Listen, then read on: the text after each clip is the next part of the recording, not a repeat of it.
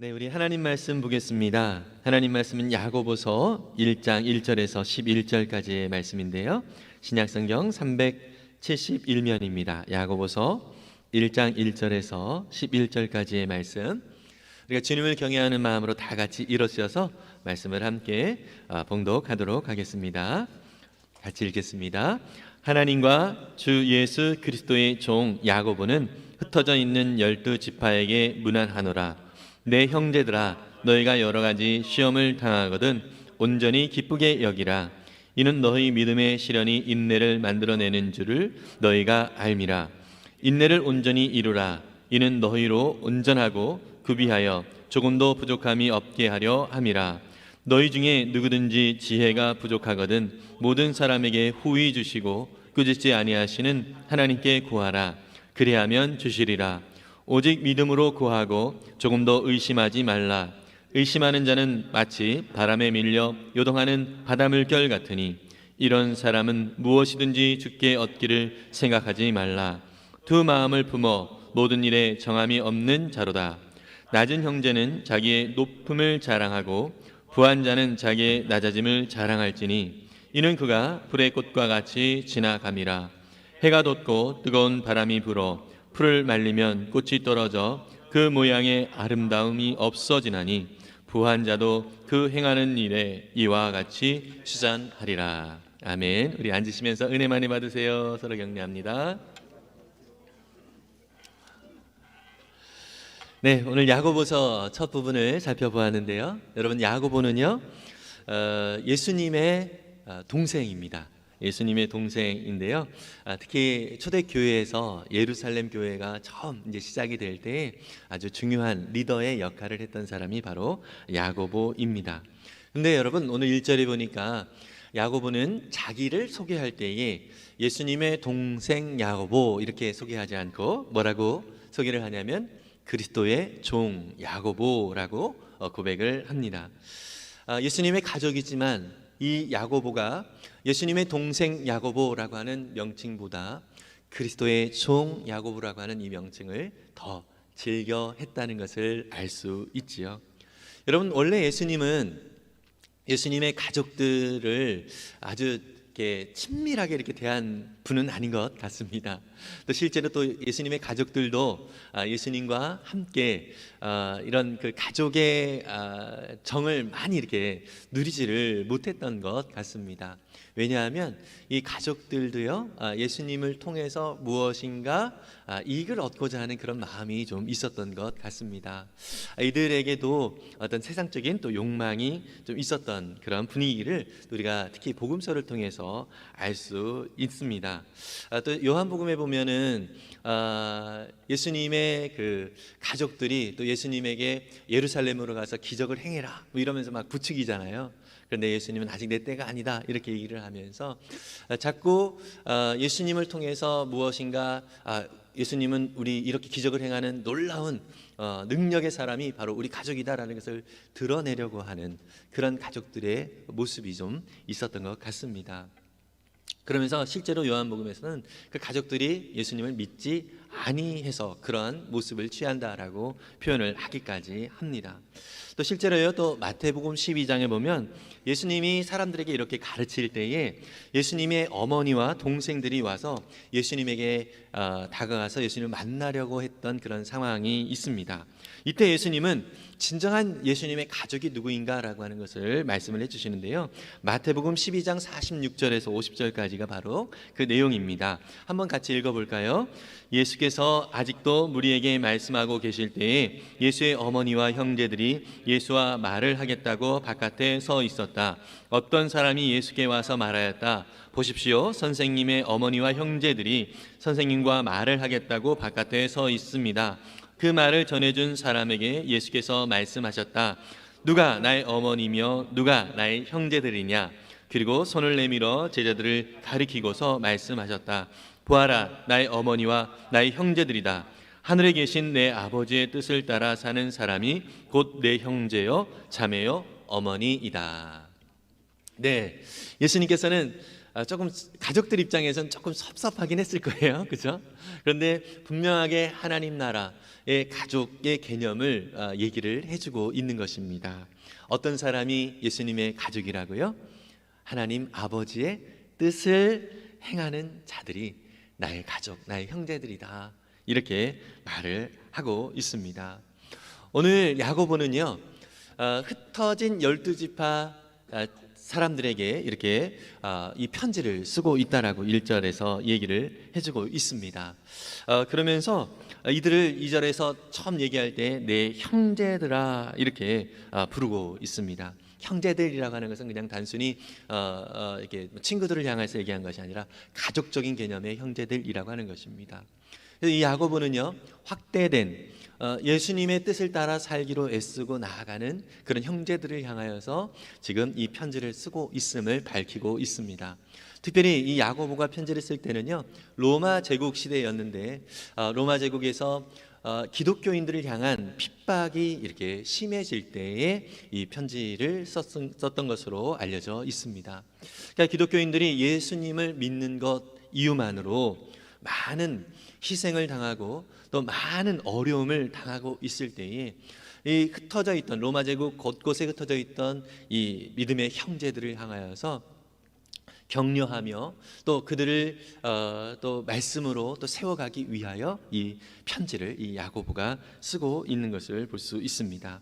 이들을 이 흩어져 있는 유대인들을 뭐라고 하죠? 디아스포라 유대인이라고 그렇게 표현을 하는데요. 그 디아스포라 유대인들을 향하여서 편지를 쓰면서 이 핍박과 이 시련 속에서 성도들이 믿음을 지키고 또 순종하며 나아가기를 소망하면서 이 편지를 썼습니다. 여러분, 우리는요, 이 교회 안에서 살아가는 이 삶이 사실 훈련을 받고 또 영적으로 성장하는 데 참 도움이 되지만 이 안에 있어서는 안 되죠, 그죠? 우리는 교회의 빛과 소금이 아니라 세상의 빛과 소금으로 부름을 받았습니다. 믿으십니까? 여러분, 배는요 가장 안전할 때가 언제죠?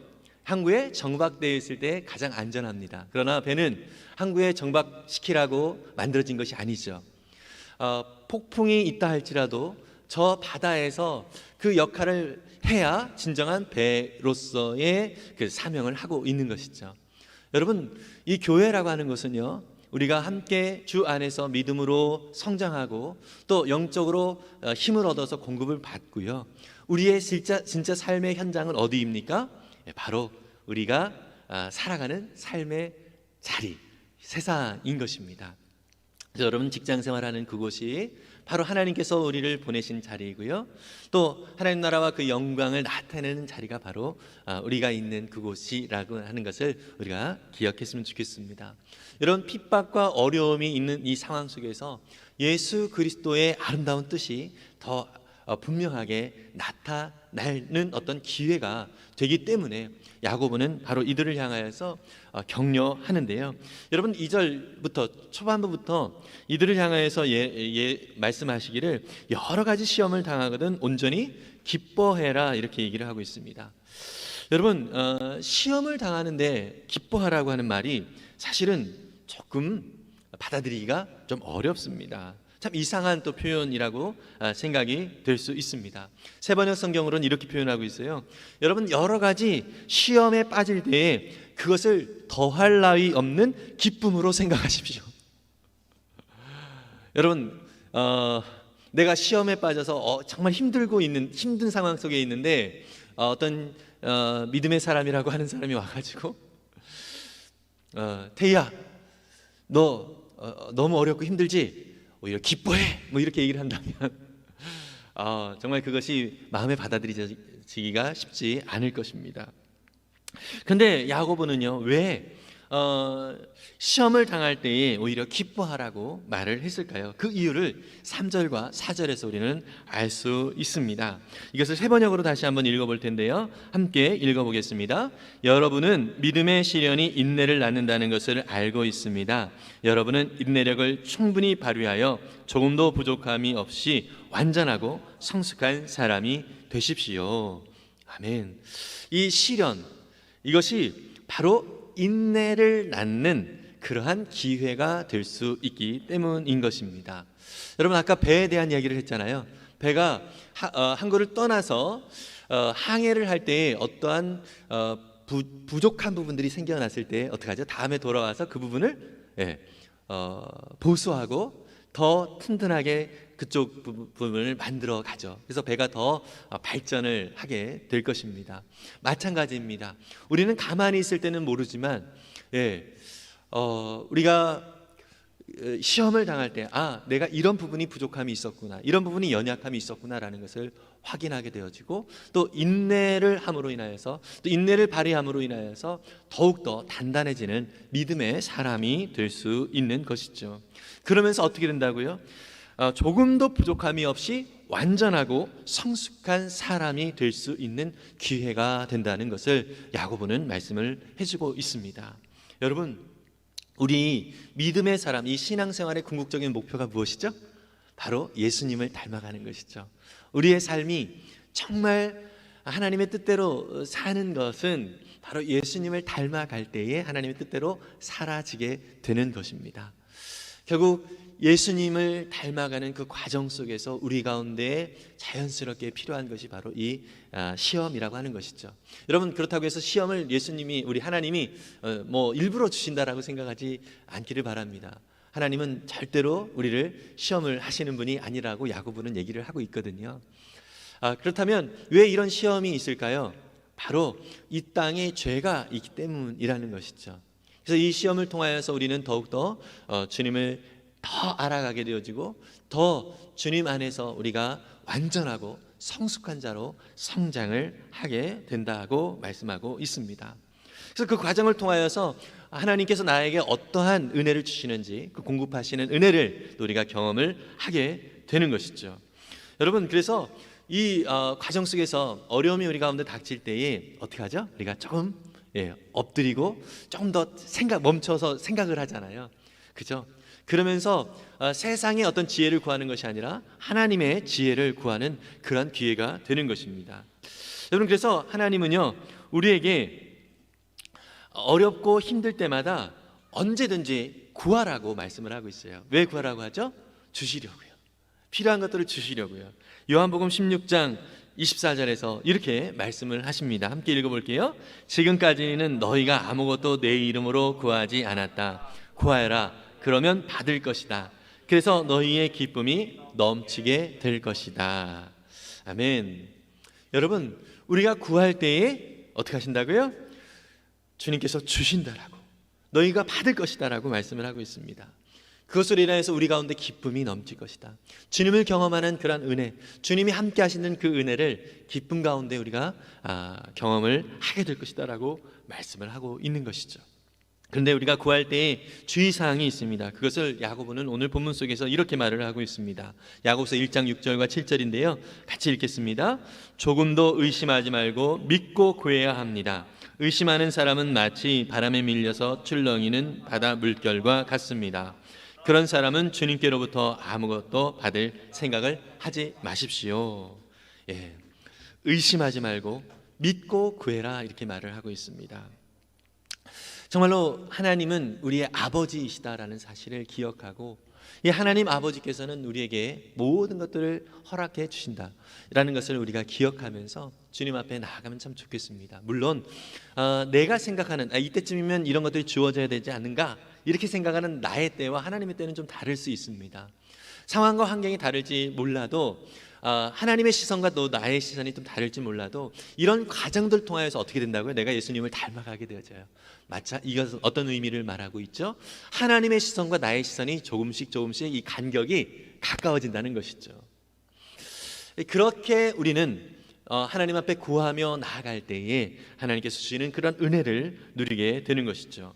또 주의사항이 있는데요, 하나님 앞에 구할 때 주의사항, 첫 번째로는 우리가 믿고 구해야 된다는 것을 말씀을 좀 드렸고요. 야고보서 4장 2절과 3절에서는 이렇게 말을 하고 있습니다. 함께 읽겠습니다. 여러분은 욕심을 부려도 얻지 못하면 살인을 하고, 탐내어도 가지지 못하면 다투고 싸웁니다. 여러분이 얻지 못하는 것은 구하지 않기 때문이요, 구하여도 얻지 못하는 것은 자기가 쾌락을 누리는 데 쓰려고 잘못 구하기 때문입니다. 아멘. 여러분, 우리가 구할 때에 먼저 첫 번째는 구하지 않기 때문에 우리가 얻지 못하는 것이고요. 그리고 구할 때 주의사항이 있는데, 두 번째로는 아까 처음에는 믿고 구해야 된다는 것을 말씀드렸고요. 이번에는 우리의 욕망을 따라 쾌락을 누리는 데 쓰려고 잘못 구하기 때문에 우리가 얻지 못한다라고 얘기를 하는 것입니다. 여러분, 십자가는 어떤 것을 의미하죠? 나의 옛 속성, 나의 욕망이 십자가에서 죽었다라고 하는 것을 의미하고 있죠. 그래서 우리가 이 시련과 어려움을 겪으면서 하나님 앞에 구하면서 나아가게 되어지는데, 그럴 때에 하나님의 우리를 향하신 방향성이 있다는 것이죠. 어떤 방향이요? 하나님의 성품을 닮아가는 모습으로 나아가는 거예요. 다시 말해서 우리의 모든 욕망과 욕심을 내려놓고 오직 하나님의 뜻에 합한 모습으로 우리를 다듬어 가시는 그 과정 속에 우리가 이런 시련을 당하게 되어지는 것이죠. 그럴 때 우리는 하나님 앞에 구하는데 나의 욕심을 따라 구하는 것이 아니라 하나님의 뜻대로 구해야 하는 것입니다. 이 과정을 통하여서 우리는 성장하게 되어지고요, 완전하고 성숙한 사람, 곧 예수님을 닮은 그러한 사람이 될 수 있는 것이죠. 여러분, 하나님께서 우리에게 2023년이라고 하는 새해를 허락해 주셨습니다. 어제도 살펴보았던 것처럼 정말로 올 한 해 또 우리에게 많은 소원이 있겠지만은 또 우리가 원하는 방식으로 되어지진 않을 것입니다. 그러나 가장 큰 축복이 무엇입니까? 어제 살펴보았던 것처럼 우리 하나님이 나의 하나님이 되어 주신다는 거예요. 우리 하나님이 내가 외롭지 않도록 함께 해주시는 분이시다라는 것을 우리 가운데 가장 큰 선물로 우리 하나님이 우리 가운데 오셨다는 사실인 것입니다. 그래서 여러분, 어떠한 낙담이 있는 상황이라 할지라도, 어떤 실망이 있는 상황이라 할지라도 우리 하나님을 의지하며 나아갈 때 하나님께서는 크고 놀라우신 은혜로 결국 저와 여러분들 가운데 채우신다는 것을 믿음으로 바라볼 수 있기를 간절히 바랍니다. 여러분, 켄터키 프라이드 치킨의 창업자 커넬 할랜드 샌더스라고 하는 사람이요, 1890년에 태어나서 1952년에 죄송합니다.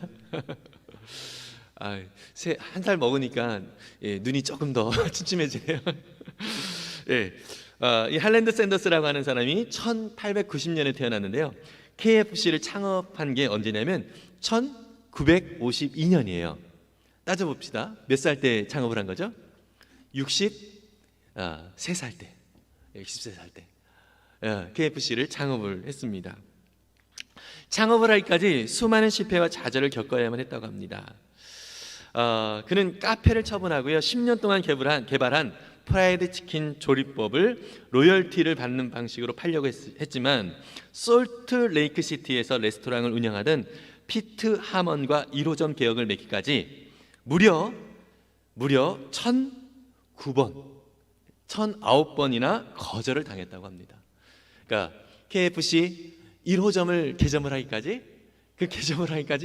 1009번을 거절을 당했대요.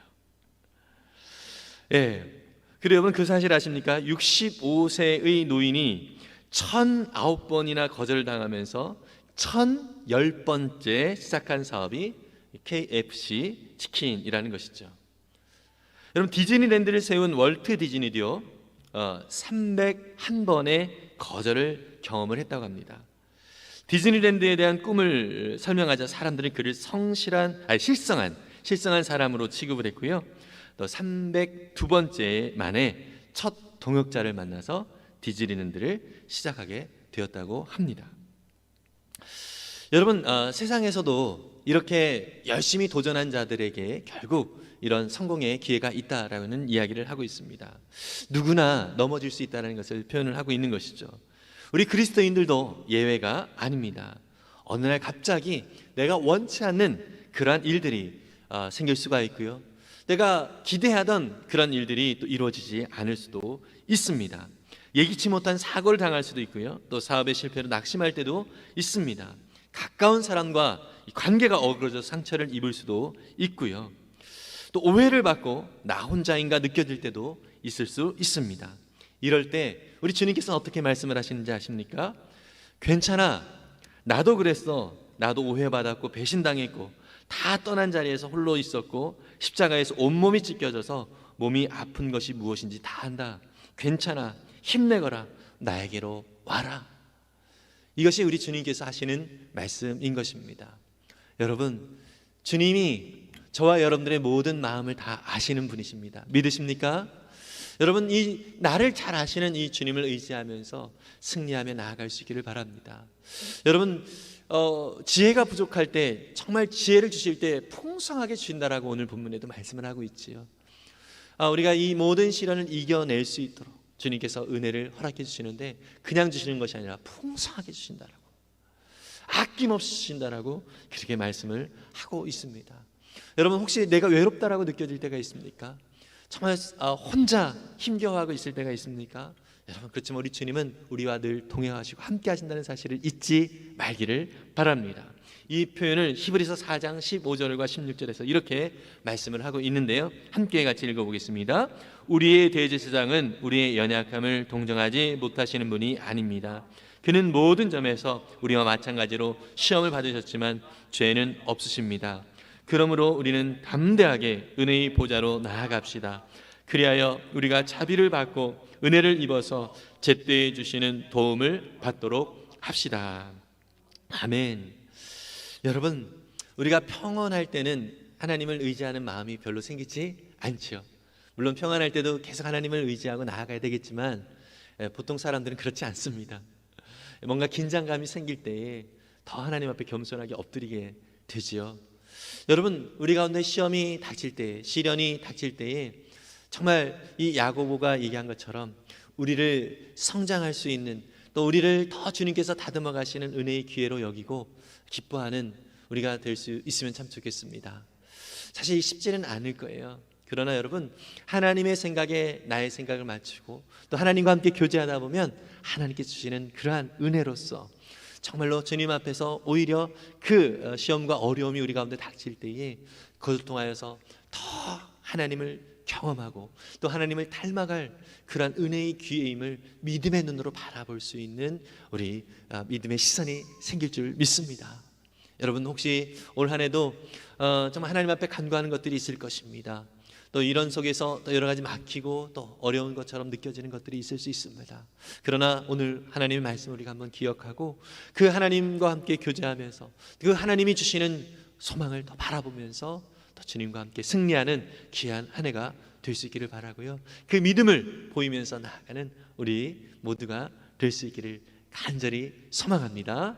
이 시간 함께 우리 찬송을 부르면서 말씀을 생각하고 잠깐 좀 기도하는 시간 갖겠습니다. 세상의 유혹 시험이 내게 몰려올 때 나의 힘으로는 그것들 모두 이길 수 없네. 거대한 폭풍 가운데 위축된 나의 영혼 어찌할 바를 몰라 헤매고 있을 때, 정말 헤매고 있을 때 주를 찬양한다라고 얘기합니다. 왜요? 전쟁은 내게 속한 것이 아니라 주님께 속해 있기 때문에. 그래서 주님을 더 의지할 때에 주님이 주시는 힘과 능력으로 우리가 승리할 수 있을 것이고요. 그때마다 겸손히 주님 앞에 간구하며 주님의 지혜를 구하는 우리 모두가 되기를 바랍니다.